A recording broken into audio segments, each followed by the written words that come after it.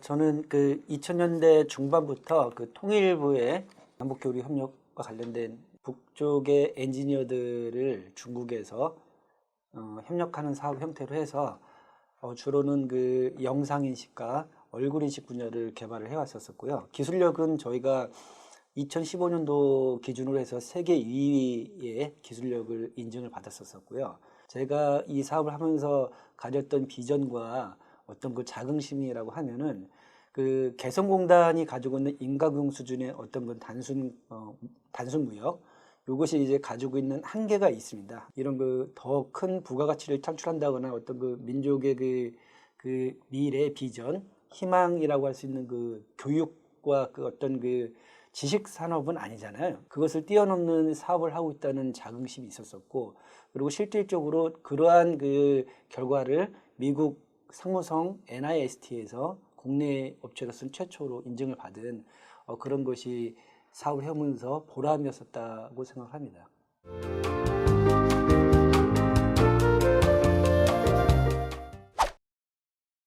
그 체포영장과 그것을 보니 제가 통일부에 신고를 했던 우리 그 개발자들 있지 않습니까? 그 사람들이 그 통전부 뭐 소속을 해가지고 저한테 지령을 내리는 존재로 이렇게 해서 제가 무슨 그 어떤 그 군사 기밀을 빼돌렸다거나 아니면 뭐 사이버 테러를 뭐 이렇게 그런 음모가 있었다. 그래서 제가 이제 구속이 됐었던 거예요. 그래서 내용은 뭐 언론에서는 뭐 대단한 큰 간첩 사건이 터진 것 같이 나오고 뭐 이전 운동권 출신으로서 이렇게 어떤 뭐 굉장히 어떤 북과 관련돼서 위험한 한 것 같이 떠들썩하게 나왔었는데 검찰의 주장과 검찰의 의견서예요. 그들의 주장이 뭐냐면 83년도 전두환 시절의 대법원 판례더라고요. 북을 일으켜 할 수 있는 모든 가능성에 대해서 처벌을 한 거예요. 이거는 국가보안법보다도 더 흉악한 판례를 휘두른 건데 북과 관련된 모든 교류 협력을 처벌을 했다는 그 판례를 문재인 정부에서 제시를 했다는 겁니다.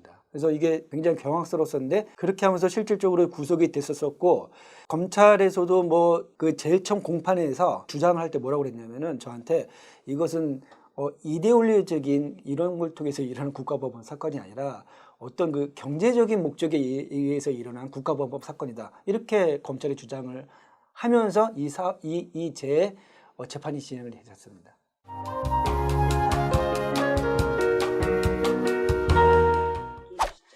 이제 제가 사실 그 체포가 될 때부터 이제 새벽에 이제 뭐 경악스러워가지고 제가 굉장히 반항을 했습니다. 극악스럽게 반항을 하면서 그 보안수사대에 이제 끌려갔죠. 그래서 거기에 보면은 거기가 뭐 거진 뭐 한 평 뭐 조금 넘을 정도, 굉장히 이렇게 눈앞에 두고 있는 밀접된 공간이고요. 거기에 수사관이 있었었고, 우리 뭐 이제 TV 같은 데 보면 이렇게 유리관 넘어서 이렇게 바깥에서 지켜볼 수 있는 구조로도 돼 있고, 실제로 이제 CCTV도 그렇게 설치가 돼 있고, 그러니까 그 속에서 어떤 그 다른 생각을 할 여유가 될 수가 없거든요. 그때 이제 당연히 제가 이제 묵비권을 행사하고 있었기 때문에 그 외부하고 단절돼 있었었고, 변호사 선임에 대해 묵비권 행사니까 이제 그런 뭐 필요성이 있으면은 이제 그 연락을 해보라는 식으로 제가 그 먼저 달라고 한 적도 없습니다. 전화기를.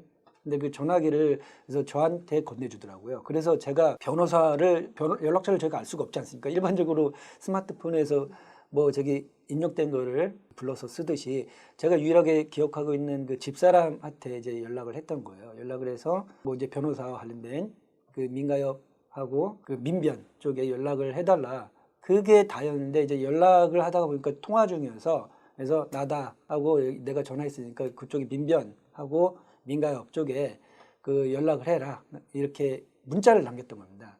근데 이거를 걔네들이 뭐라고 조작을 했냐면 이 문자를 날린 걸 가지고 제가 그거를 외부에 어떤 그 지령을 내려서 기존에 가지고 있던 그 증거를 인멸을 시키려고 했다는 겁니다. 그래서 굉장히 위험한 인물로 묘사를 해서 그걸 구속영장 청구할 때 그걸 기재를 한 거예요. 그게 진위이건 아니건을 따질 수는 없는 거죠. 판사 입장에서는 당연히 그걸 인용을 했을 것이고, 그래서 굉장히 위험한 인물로 소위 얘기해서 대북 사업을 거의 한 15년 이상 했으니까요. 그 와중에 그러한 그 여지가 있을 수 있다고 판단할 수도 있지 않겠습니까? 게다가 그 영장 청구의 내용에 보면은 감히 그 증거를 은멸하려고 했었다. 이렇기 때문에 이제 구속이 됐었던 거거든요. 근데 이제 그때 제가 느꼈던 건 뭐냐면 나중에 이제 확인을 한 건데 그 당시 사실은 얘네들은 증거가 그러니까 이거를 국보법으로 할 만한 증거가 없었다는 것은 걔네들도 이미 확인했었던 내용으로 보여요. 왜냐면은 수사 기록에도 사실은 내용도 없고 그래서 그때 얘들이 저를 그렇게 말도 안 되는 것을 가지고 구속을 시켜야 됐던 이유는 그 당시 얘네들이 프레임을 짜야 될 필요성이 있었던 겁니다. 그러니까 그때 이제 사이버 테러 프레임을 얘네들이 딱 짜고 그때부터 증거 조작에 들어갔다. 예, 그렇게 된 상황으로 저는 알고 있습니다.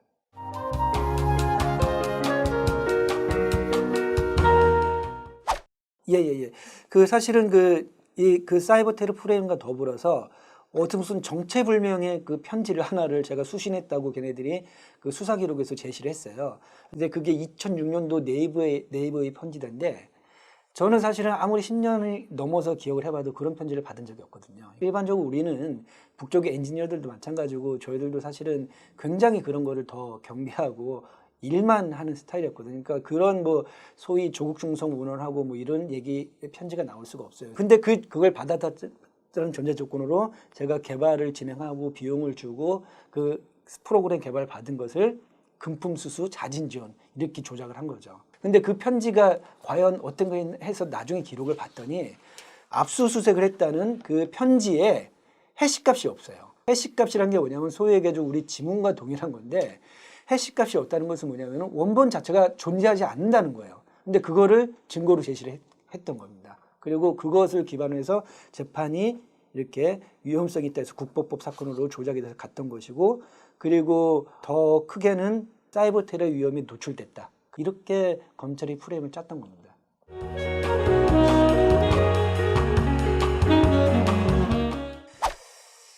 지금 재판은 이제 저희가 이런 그 증거 과정의 문제점들이 있었기 때문에 제가 그 해당 수사관 김건호라는 사람을 증인 신청을 해놓은 상태예요. 그쪽에 검찰 주장에 이제 이런 그 조작성을 좀 증명을 좀 하려고 해놓은 상태인데 재판부가 재판이 많다 보니까 이제 추후기일로 한다고 하면서 계속 무기한 아마 연기된 걸로 알고 있습니다. 올해 2월까지 재판을 받았고요. 지금은 아직 재판이 계속 계류 중인 상태에 있습니다.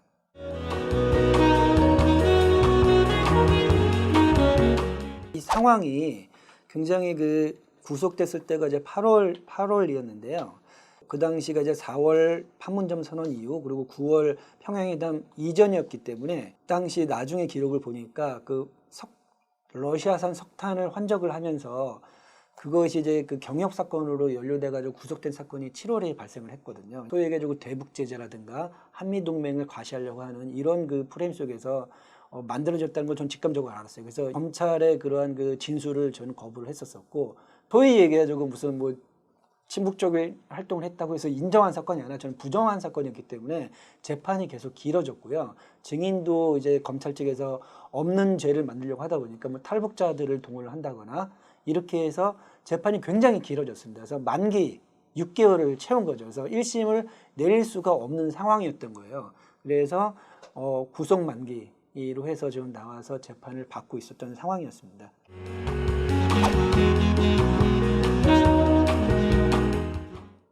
사실 제가 연루된 게 뭐 걔네들이 의심을 갖고 조작을 하려고 했던 근거가 뭐 예전에 이제 제가 학생운동을 했다는 거죠. 이제 그것을 가지고 이제 어떤 그 위험성이 있다고 판단을 한 거죠. 그래서 그 판단만으로 증거가 없이 덮치고 본 겁니다. 근데 이제 그거에 근거가 되는 게 국가보안법이거든요. 그러니까 이게 국가보안법이라는 것은 사실은 이 제도로서의 민주주의하고 절대 병존할 수가 없는 거예요. 왜? 가능성과 의심만으로 일단 구속을 시키고 그게 유죄가 아니라는 것을 증거가 조작이 된다 하더라도요. 유죄가 아니라는 것을 자기가 증명을 해야 되는 거예요. 근데 상식적으로 뭐냐면은 내가 증명하려면 북쪽의 파트너를 통해서 그것을 아니라는 걸 증명을 해야 되잖아요. 근데 그거가 불가능하잖아요.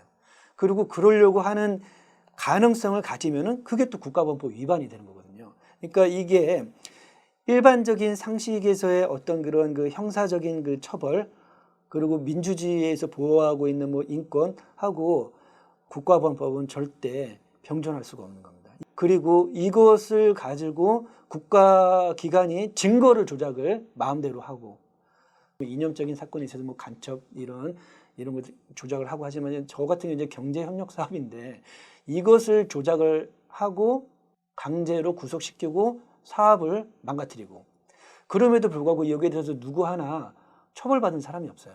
그러니까 이제 이것이 어떻게 그 소위 얘기하죠 민주주의 사회에서 있을 수가 있는 것인가 이런 게 굉장히 어불성설인 거고 문제는 뭐냐면 이런 상황이 극소수에서 일어나니까 뭐 그게 한국 사회에서 큰 것을 찾아가느냐 이렇게 문제제기를 할 반론을 얘기하면서 소위 얘기하고 뭐 386 운동권부터 해가지고 그걸 대수롭지 않게 생각하지 않습니까? 그러니까 이제 이게 저는 또 가장 큰 문제라고 보는 게 동서고금에서 고문이라는 게 절대 다중을 다 하는 게 아니거든요. 고문은 딱 한 명만 하는 겁니다.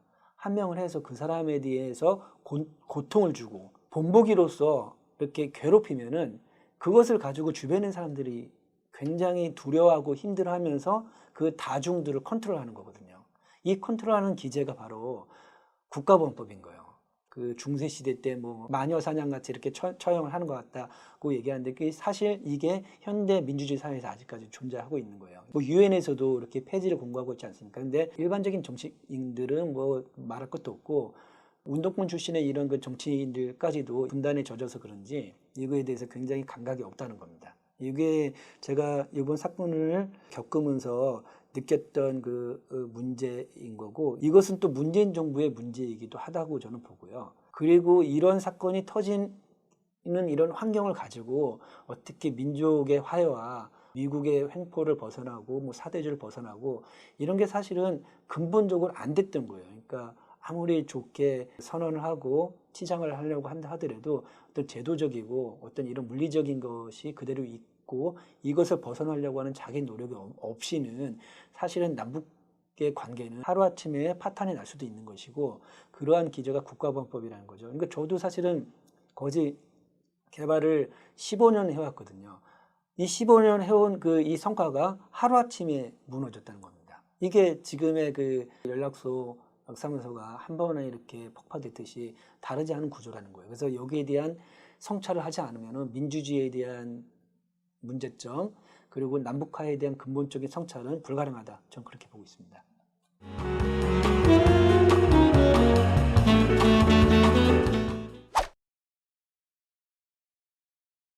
제가 그 서울구치소에 있는데 소위 그 한나라당 인사들도 거기 좀 들어와 있었거든요. 근데 그 사람들이 뭐 저를 비아냥거리더라고요. 아직까지도 국가보안법 사건은 들어오세요?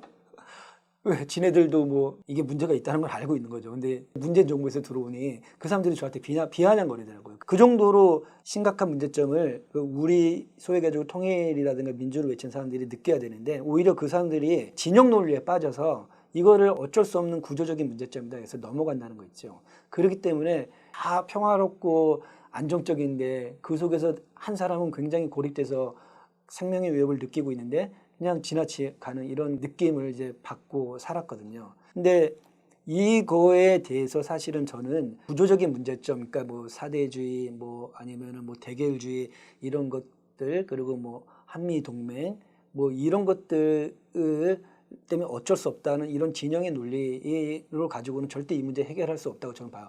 여기서 사실 가장 저는 근본적으로 봐야 되는 게 문재인 대통령 자체의 그런 성향 이게 문제가 없는가를 저는 살펴봐야 된다는 겁니다. 왜 이 문제를 외면하면서 주변의 환경, 뭐 참모 이런 얘기를 하냐는 거죠. 문재인 대통령 자체가 보시면 아시겠지만은 함수부대를 직접 창설했던 사람이 아닙니까? 2017년도 12월에 창설을 했고 2017년도 그 후보 연설회에서도 국가보안법 철폐에 대한 의견을 물었을 때 국가보안법 철폐에 대해서 입에 올리지 않았어요. 그 7조 소외조 찬양 고무 요것에 대해서만 개정 정도만 의논을 했었다는 거죠. 통치권자가 가지고 있는 어떤 이런 그 철학, 역사 이거를 왜 우리가 간과를 하고 있느냐. 이게 굉장히 지금 중요한 거고 지금 남북관계가 파탄난 것도 여기서 결정적인 문제가 있다는 겁니다. 김여정 그 부부장 비판하는데 결단력이 없다는 거 아닙니까? 그리고 자꾸 사대주의와 대결주의에 빠져 있다는 걸 지적을 하는 거잖아요. 근데 이제 거기에 대해서 우리는 진영의 논리로서 이렇게 그걸 자꾸 이렇게 회피하려고 하는데, 구조적인 문제점도 있고 그것을 극복해달라는 노력도 있지만은, 이 구조적인 문제를 깨는 것은 어쨌든 그 신념을 가진 사람이거든요. 그 사람이 결국은 리더인 거고, 리더가 철학을 가지고 선택하고 결단하지 않으면 이 문제를 어떻게 해결하겠냐는 겁니다. 근데 왜 그 가장 큰 통치권자인 문재인 대통령이 가지고 있는 이러한 그 대결주의와 사대주의의 문제점 왜 비판하지 않고, 이거를 외면하면서 지금의 그 파탄난 그 남북관계, 남북 화해 협력을 다시 회복한다? 이거는 절대 불가능하다고 생각합니다. 그 강용석 국회의원이 제 옆방에 있었어요. 그 사람이 굉장히 깜짝 놀라면서 아직까지 국법부 이렇게 해가지고 이렇게 사건 터져요. 굉장히 그 의외라고 깜짝 놀랐고, 상식적인 사람을 본다면은 이게 이런 사건이 일어나면 안 되는 거거든요. 그러면은 정치인들이랑은 여야를 떠나서 이거는 말이 안 되는 일이 아닐까. 자기들이 이게 사실은 정쟁의 수단으로서 이제 공격을 하려고 이렇게 국가보안법이 이렇게 뭐 있어야 된다 겉으로는 얘기하지만, 사실 개인 대 개인 내지는 상식으로 본다면은 이 국가보안법은 자기들이 봐도 이해 안 되는 겁니다. 그러면은 그런 원칙을 가지고 설득하고 치고 나가면은 이게 해결이 안 될 수가 없는 거예요. 이게 철폐가 안 될 수가 없는 겁니다. 해결할 의지가 있다면 이게 해결이 안 될 수는 없다고 봅니다.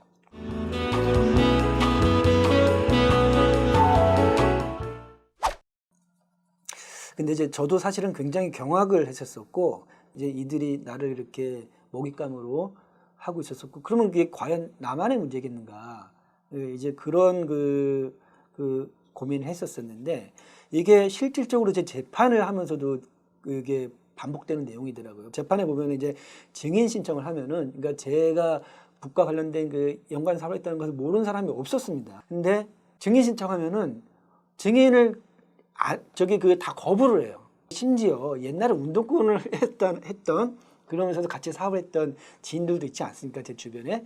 그런 사람들도 증인을 거부를 해요. 계속 거부를 하다가, 예를 들면 이제 어쩔 수 없이 이렇게 뭐 벌금이 부여될 수 있다 이러면 이제 또 어쩔 수 없으니까 이제 나와서 증언을 하는데, 근데 그런 사람들도 뭐냐면은 몰랐다, 나는 그런 사실 몰랐다. 왜? 혹시라도 그걸 알았다고 하면은 처벌될까봐 그거를 무서워하는 겁니다. 그런데 한 명밖에 처벌을 안 받는데 이게 뭔 필요느냐. 이게 사실은 진짜 얼마나 위선적이냐는 거죠. 사실 제 사건 터지고 예전 그 운동권 시절 뭐 정치인들이라든가 이런 사람들도 굉장히 저를 경계하고 기피했어요. 심지어 권력이 있는 사람들도 그랬단 말입니다. 그런데 그럼 일반인들은 안 두려워하겠습니까? 이건 제 재판 과정에서도 확인이 됐던 내용인 거고요. 제가 또 경악하면서 가장 큰 또 느낀 게 뭐냐면은, 물론 이제 그 이석기 의원이라든가 이런 분들은 말 안 되죠. 그 말 한마디에 이렇게 그 긴 기간을 산다는 게 말이 안 되는 건데, 여기에 대해서 사실 그 누가 하나 근본적인 문제라고 제기하지 않잖아요. 뭐 민주당도 마찬가지인 거고, 이게 이제 굉장히 그 위선적인 한국 사회의 모습인데, 요 근래 또 큰 문제가 하나 터졌지 않습니까? 시의원이 옛날 민중가요를 불렀는데 그걸 가지고, 아니 민중가요가 그게 우리가 대학생 때 다 불렀던 그 노래인 거고, 그거를 뭐 우리가 술 먹으면 그런 거 사실 부를 수도 있고 뭐 잘해서 그 부른다는 게 그걸 죄라고 생각했겠습니까? 근데 그것을 가지고 대법원에서 유죄 판결을 내리고 시의원 의원제를 박탈했다고 하는데, 이것이 지금 문재인 정부에서 일어나고 있다면은 지금 굉장히 부끄러워해야 되고 이 문제를 천착해야 되는 거 아닙니까? 뭐 지금 남북화해하고 뭐 행사만 하면은 그 관계가 개선되는 게 아니지 않습니까?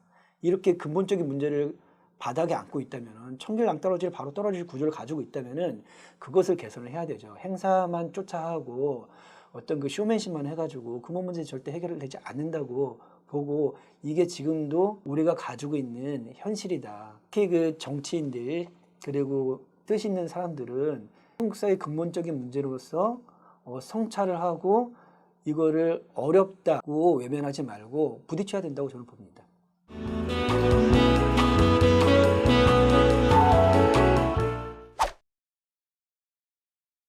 굉장히 이율배반적이죠. 그래서 저는 국가보안법이 사실은 그 철폐되는 게 지금 그 문재인 정부가 해야 될 일이라고 봅니다. 그게 쇼맨십 한다고 해서 남북관계 개선되지 않아요. 근본적인 문제를 해결하면서 자기 진정성을 국내외에 가시를 하면서 그러면서 다시 관계 회복을 한다거나 그래야 되지, 자꾸 지금 뭐 북과 관련돼서 대화를 몇 마디 더 행사를 하기 위해서 하겠다. 이게 지금 관계 개선하는 데 있어서 어떤 도움이 되겠습니까? 지금 제 사건도 마찬가지고 개성공단도 마찬가지고 하루아침에 남북관계의 화해와 협력이 이렇게 간접 사건으로 변환될 수가 있고 조작이 될 수가 있고 처벌이 될 수가 있다면은 아까 말씀드렸듯이 이것은 타문화됐기 때문에 뭐 그 중요하지 않다. 절대 그러지 않아요. 그 한 명을 통해서 공포를 주는 게 국가범법의 존재 이유거든요. 그래서 이것은 지금 그 국회 차원에서 반드시 그 철폐가 돼야 되고, 남북관계의 어려운 처지를 자기가 할 수 있는 것부터 해결을 해야 된다고 봅니다. 자기가 할 수 있는 거. 일단은 북과 당장 이제 대화가 어렵다는 거, 그걸로 인해서 이제 남북관계 개선이 어렵다 이런 거 변명하지 마시고, 지금 자기가 할 수 있는 문제점을 해결하면서 그런 진정성을 내외에 가시를 한다면은 분명히 관계 개선이 되고, 개성공단 내지는 실리콘밸리를 넘어서는 그 두뇌 그 사업, 민족 그 지식 산업으로 더 큰 부가가치를 만들 수 있는 가능성도 우리가 충분히 만들어 나갈 수가 있습니다. 그런 성찰을 우리 내부에서 해야지 자꾸 외부에서 찾으면 안 된다. 저는 그렇게 보고 있습니다.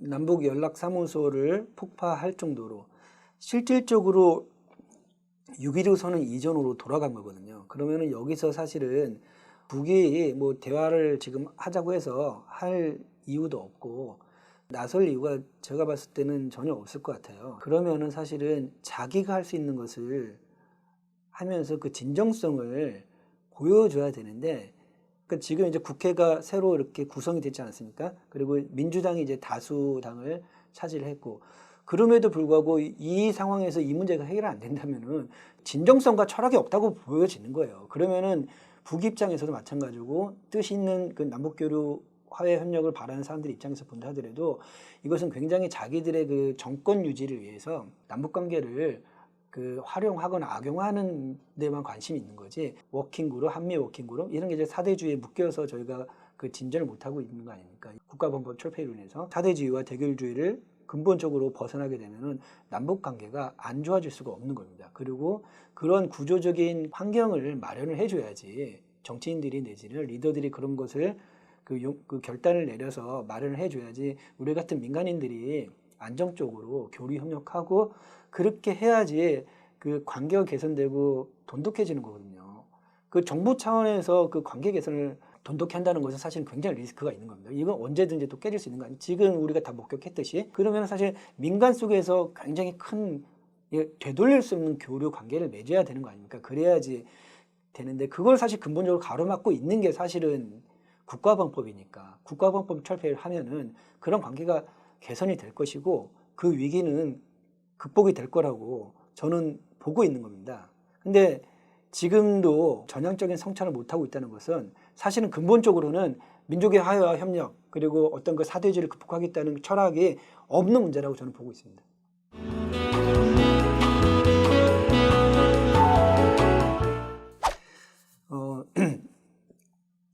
제가 이제 사실은 그 민간 경제 교류 사업만 사실 했고, 저는 뭐 저를 아는 모든 지인들도 그렇고 같이 했던 북쪽의 그 개발자들도 마찬가지고, 부가가치를 낳을 수 있는 새로운 그 비즈니스 정형과 이렇게 얘기하면 거창하지만 민족의 그 새로운 그 비전을 제시한다고 저는 굉장히 자긍심을 가지고 일을 했었어요. 그러니까 뭐 그러한 그 희망이 이제 그 꺾인 거가 사실은 굉장히 이제 안타까운데, 거짓 이 얼굴 인식 분야만 10년 이상을 해왔어요. 기술력도 세계적인 수준으로 높였었고, 근데 이게 하루아침에 무너지는 그 참담함을 그 경험을 했거든요.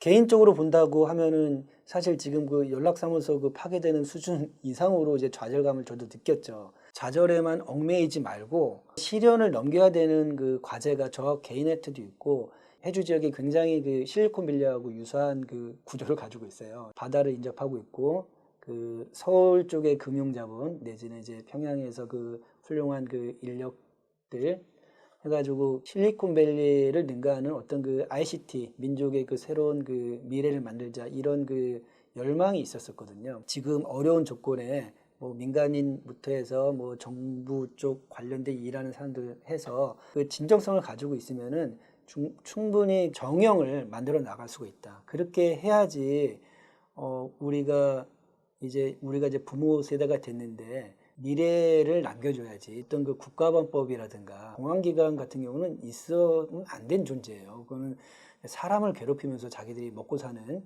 이런 조직이거든요. 그러니까 없으면은 조작을 하고 이러지 말고 어떤 그 새로운 미래를 만드는 쪽에 그 저희 같은 그 사업하는 사람들도 마찬가지고 뜻이 있는 그 정치인들도 지금의 위기를 반면교사 삼아서 미래를 만드는 일에 집중을 했으면 좋겠다는 생각이 들고 저도 아직까지도 그런 꿈을 가지고 있고요. 그것이 반드시 꼭 실현될 거라고 저는 그렇게 믿고 있습니다.